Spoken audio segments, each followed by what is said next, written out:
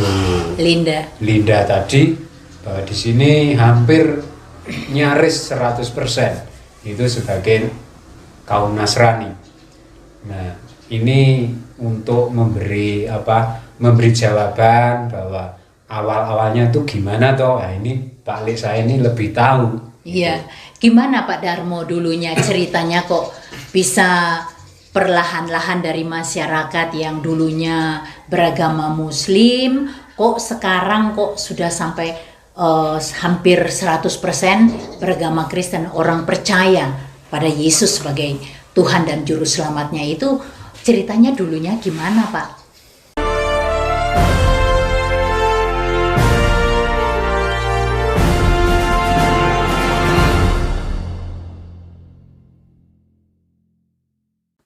Shalom saudara-saudaraku yang diberkati oleh Tuhan, salam damai sejahtera bagi kita semuanya. Kembali berjumpa dengan saya, Pastor Daud Timotius Tampu Bolon.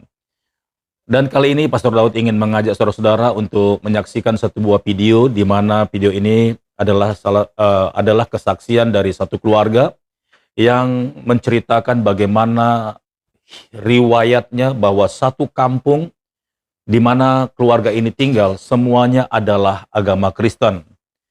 Yang sekalipun dulunya adalah kampung ini penduduknya mayoritas beragama Islam. Nah, kenapa bisa terjadi perubahan yang begitu total? Mari sama-sama kita saksikan video berikut ini. Ibu Linda tadi bahwa di sini hampir nyaris 100% itu sebagai kaum Nasrani.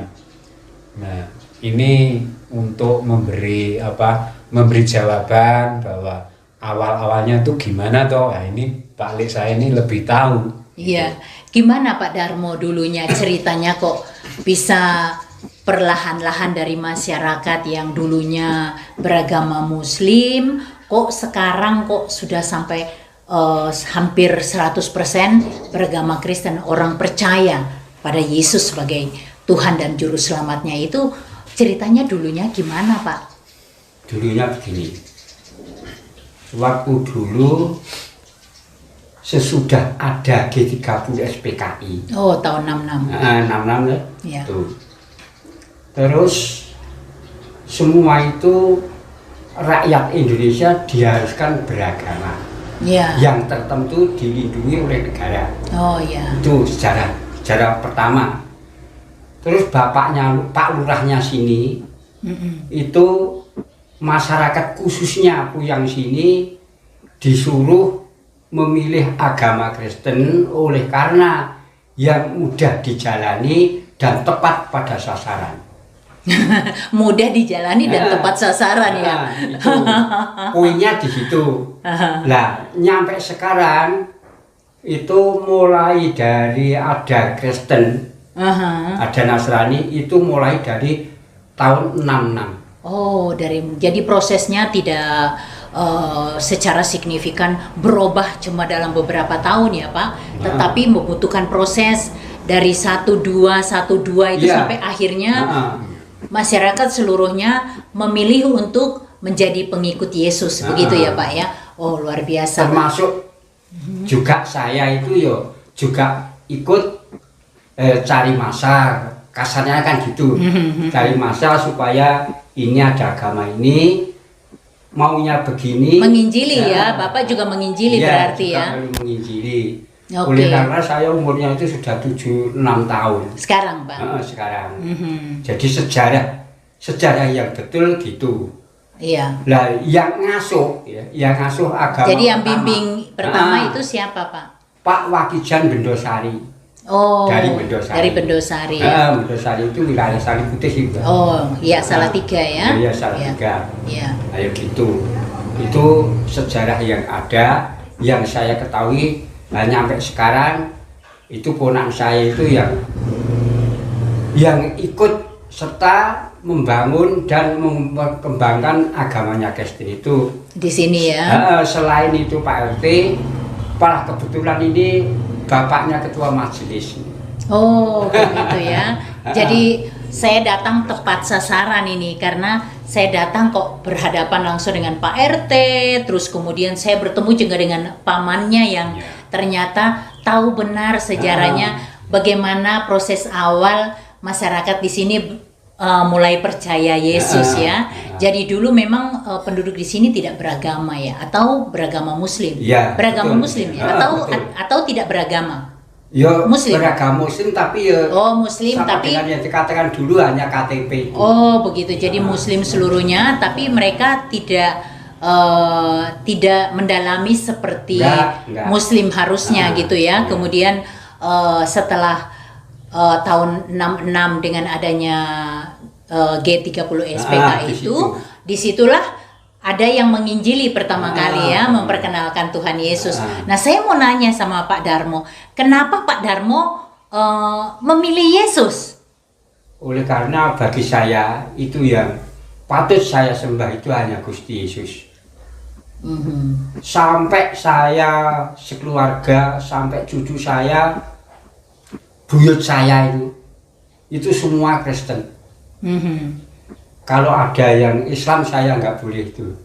Oh gitu, jadi tidak mengizinkan kalau keluarganya ada yang menikah dengan agama lain gitu ya? Nggak boleh saya. Oh gitu, karena begitu cintanya Bapak sama Gusti Yesus ya. Oleh karena saya itu ya sudah diselamatkan sejak saya lahir sampai sekarang, misi diberi kekuatan Betul. dan kesehatan. Puji Dan Tuhan. apa yang kita mau Gusti. Duluan, ya. Ya, ya. Tutup hidungnya, ya. Oke, oke. Ya. Ya, gantian yang gendong adek, nanti yang sudah gendong adek. Ya. Ya. Ya. Ya. Ya.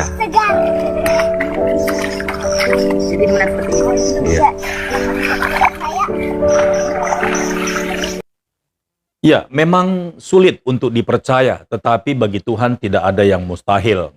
Memang semua hidup ini yang atur adalah Tuhan. Seperti firman Tuhan berkata di Yohanes 12 ayat 32, "Dan aku apabila aku ditinggikan dari bumi, aku akan menarik semua orang datang kepadaku." Dan di ayat lain berkata, "Bukan engkau yang memilih aku, tetapi akulah yang memilih engkau."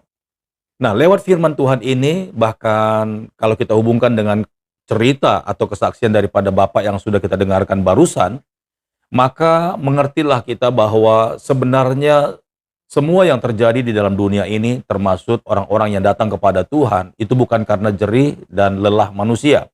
Memang kita yang sudah percaya, kita yang diselamatkan, wajib untuk memberitakan kabar baik, wajib menyampaikan Injil kebenaran kepada siapapun, tetapi tidak dengan cara-cara yang salah. Contohnya seperti berdebat, adu argumen, bahkan kalau memang orang itu belum ditentukan untuk kembali kepada Tuhan, bahkan menyembah Tuhan, maka itu tidak mungkin akan terjadi.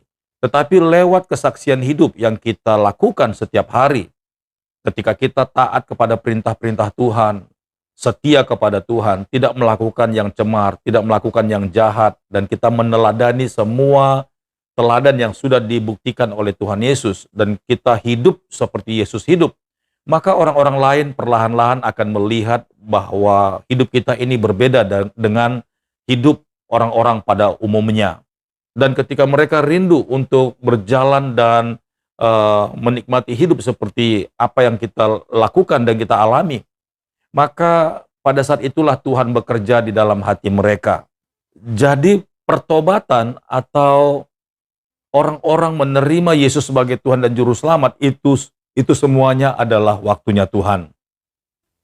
Baiklah saudara-saudaraku yang diberkati oleh Tuhan, sampai di sini perjumpaan kita lewat video ini, dan sampai ketemu di video berikutnya. Tuhan Yesus memberkati. Shalom.